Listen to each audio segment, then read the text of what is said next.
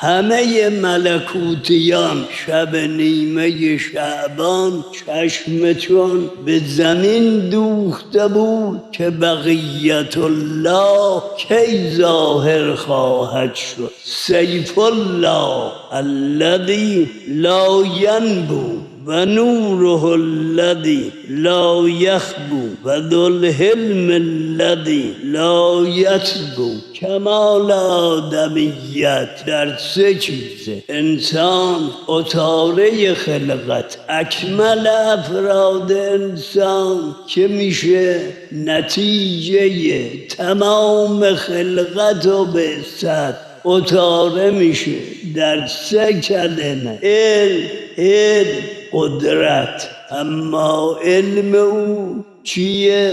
علم نور خداست، گفتنی نیست. نور الله علم اوست. بعد نوبت میرسه به حلم او، ذوالحلم الذی لا یطبو. بعد نوبت میرسه به قدرت او.